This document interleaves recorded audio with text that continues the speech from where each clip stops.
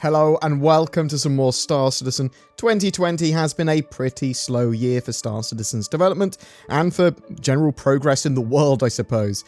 There have been various delays to features and gameplay, and we hoped that some of this was going to make 2020, but obviously a lot of it didn't. In this video, I wanted to look forward to expectations and features currently planned for 2021. Cloud Imperium have talked a lot about what they've got planned for the future, and I wanted to talk about what Cloud Imperium have said that's going to make 2021, what they're working on, what's likely to get done in the coming year.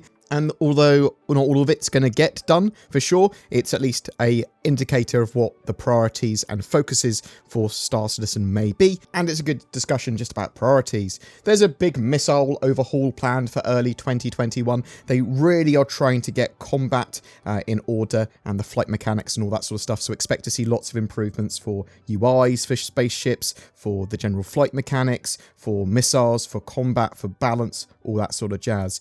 iCache is currently roughly planned for mid-2021. This is currently one of the biggest ticket items and back-end features that allows for better handling of items, entities and objects, and will allow for things like persistent items, so you can place a hula doll in the middle of a desert and come back there later and it will be there again, and you could potentially have like habs that are fully customizable and bases and all this sort of stuff in the future. It's sort of like a prerequisite for all of that. Now, obviously not all of that's going to be coming in 2021, but iCache and some of the other features related to it will be. So we could see physicalized items, storage and inventory. So things like armor and items will be able to be stored properly in your ships, and your character loadouts will genuinely matter. You're not going to have all of your equipment on you. You're going to have to physically have it on your character, put it in your loadout, that sort of stuff.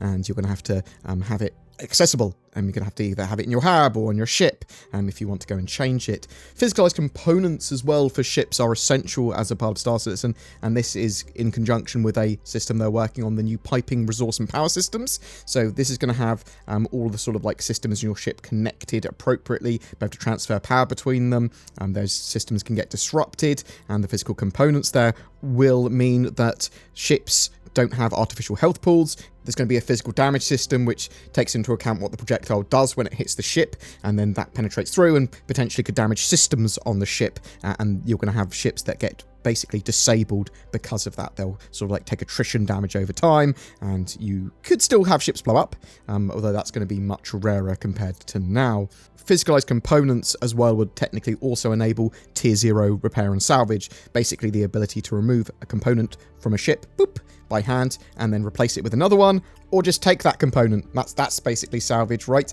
We do know that they've been working on sub-components as well, which potentially could be done at the same time. Cloud Imperium have worked on fire propagation and control, so it's possible that that might be a focus for next year, for that those sort of like fire control and fire outbreak mechanics, but it's more likely that they're building fire for Squadron 42's needs and going to be getting that into a good place visually rather than mechanically for the persistent universe. We know server meshing will be coming after iCache, and at the same time we will be getting the Pyro system. That's what Cloud Imperium have said. That's going to be in the 4.0 patch, so it's implied that server meshing is planned for 2021 at some point after iCache. However, that's not been exclusively stated.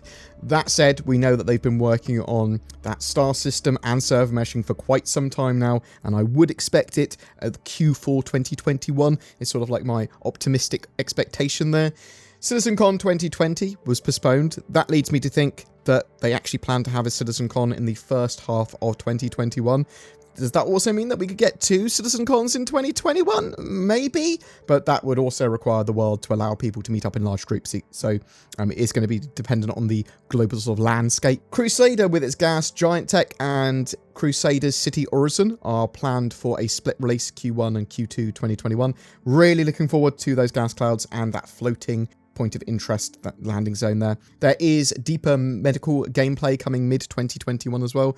We've seen a medical gun, and they've talked about opening hospitals and clinics at points of interest. This will most certainly be respawn points, but maybe they will also provide at that early stage some gameplay mechanics to have you treated beyond just respawning there.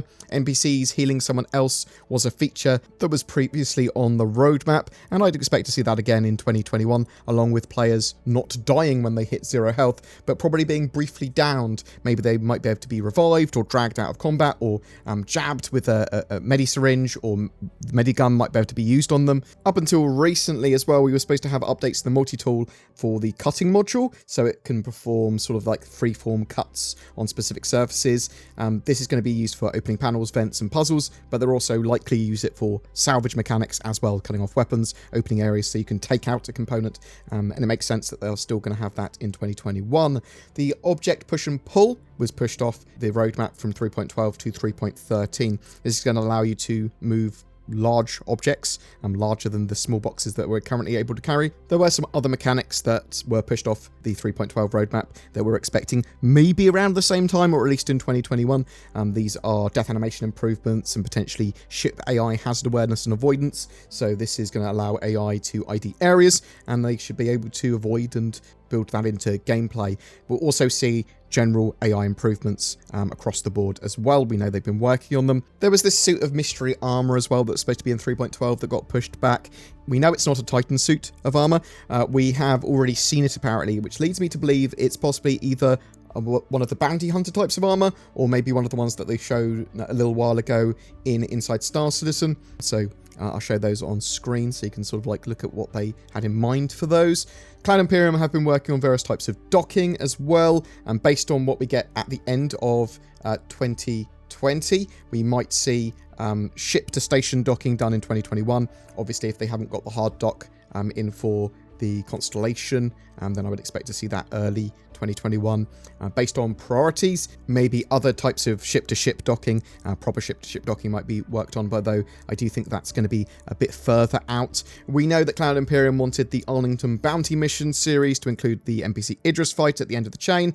If that's not in 3.12 again, I would expect it in 2021. They've built Grimhex, sort of like a betting area for it and a racing area, but there's no real content there at the moment, so expect to see the Scramble Race feature and additional content they had there in coming patches. Cloud Imperium have also been working on expanding stations, and they want to have unoccupied stations, be they derelict or automated ones. It's likely that we will see new point of interest variants as well with those in mind, and also I would expect to see Port Olisar get replaced in 2021. This should just be one of the sort of modular space stations, something like Barjani Point or Port Tressler. Expect when they actually put the sort of like maybe second quarter Horizon Crusader stuff in, and that's when they probably would replace Port Olisar, in my opinion at least. The Dynamic Universe Sim is getting worked on as well, so this is like the dynamic economy and the dynamic mission system and the quanta simulation. We should see various elements of that during the year get phased in, and pretty much everything that Cloud Imperium build out from now on will be built with that in mind. Work is currently ongoing with the NPC scheduler or the spawn lockers that are going to allow NPCs to be spawned or despawned in a way that avoids breaking immersion and for the needs of the area. So that could include security forces, mission NPCs, or reinforcements, or even just social AI going about their business. With this in mind, Cloud Imperium are also planning to further relax green zones to include FPS weapon shooting inside those stations and landing zones, something that I expect to see in the next few months. We should also see mechanics expand out for cargo decks with commodity transfer timers, so basically when you deal with cargo at an area, you'll have fees and timers associated with that loading and unloading.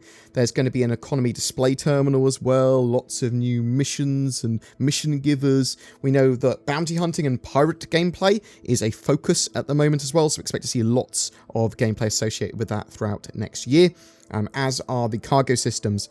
iCache as well is going to allow for pirating of cargo from ships eventually, whereas physicalized cargo will mean that a ship can be disabled. So expect to see boarding actions and piracy and the stealing of cargo supported much more properly next year.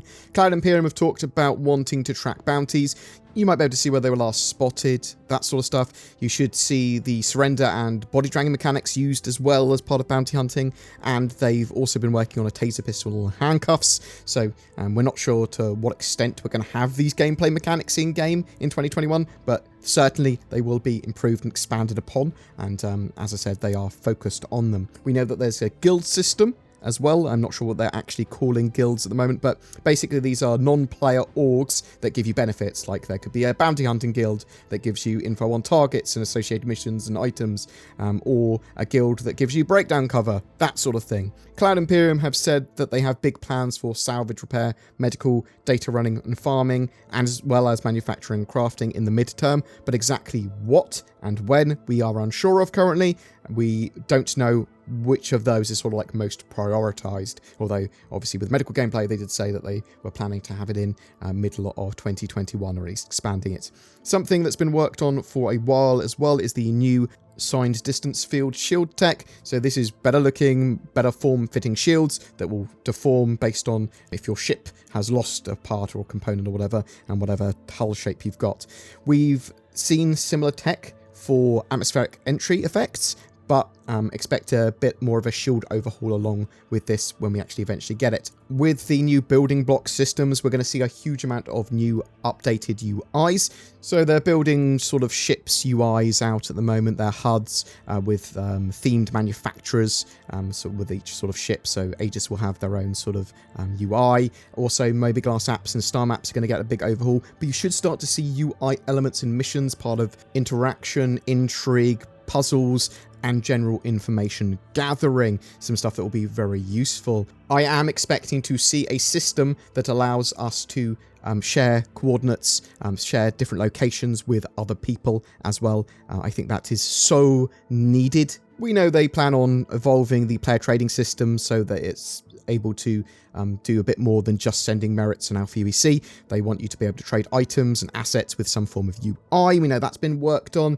What ships and vehicles could we see? Well, this actually largely comes down to priority, and we don't know really what ships are prioritized at the moment. I'd expect to see Idris and Javelin in game, but those capital ships are most certainly just going to be exclusively used by NPCs for at least the next year or so. Things that they've talked about and that sort of like regularly hot topic ships are the Hull C. That gets talked about a lot, so I'd expect to potentially see that as long as they got all the tech ready for it. Cloud Imperium have said the Polaris would be worked on before the Banu Merchantman, or at least implied that. So I'd expect to see the former in 2021. The Drake Vulture was planned for 2020, and that pushed that back when they pushed salvage back. So it's likely that we'll see some form of salvage in 2021. Maybe not a full expansive gameplay loop like mining has, but maybe the start of it, like I mentioned earlier, and I'd expect to see that ship around then too. There aren't actually many more ships for Cloud Imperium to complete, but I would expect to see things like the Ares, the Nova tank, as well as some new ships and vehicles that are straight to flyable as well, and based on their priorities, we'll see more. I personally think we're going to see much more ship customization and modularity coming on soon in the latter half of 2021 as well. There are a lot of expected AI updates. We should see AI and NPC ships moving between atmosphere and space, and then NPCs will literally be able to pursue targets between both. You'll have NPCs on the ground, FPS AI basically moving around more readily around points of interest. How far they get with that in 2021, it again depends on priorities, but I think that's the main focus at the moment AI-wise. Expect the Stanton system to get the Aaron Halo in as a proper location, which is a giant asteroid field, super dense. It's got these big sort of like gates in it as well that sort of like control traffic, and you should see potentially these new points of interest around planets and moons, new homesteads, stuff like that as well. So I don't think we're going to see base building next year, but I do think we'll possibly see land claim gameplay come into that, and maybe customizable rentable hubs, things like that.